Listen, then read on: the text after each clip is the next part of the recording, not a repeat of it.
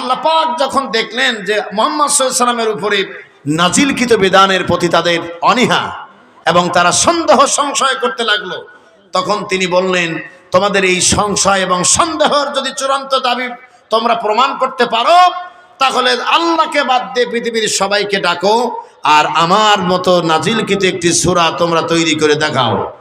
নির্দেশ দিলেন কে? চ্যালেঞ্জ করলেন কে? আজও পর্যন্ত সেই চ্যালেঞ্জ কেউ মোকাবেলা করতে পারে নাই। ওরা পেরেছে। ওরা কি পেরেছে জানেন?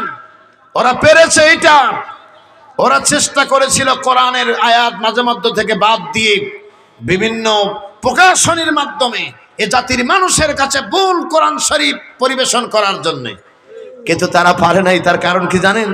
আজকের যে ছেলেটা ইসলামিক গান গেল, ওর বয়স কত হতে পারে বলেন? এই 10 বছর সর্বোচ্চ হতে পারে। এই ছেলেটা কোরআন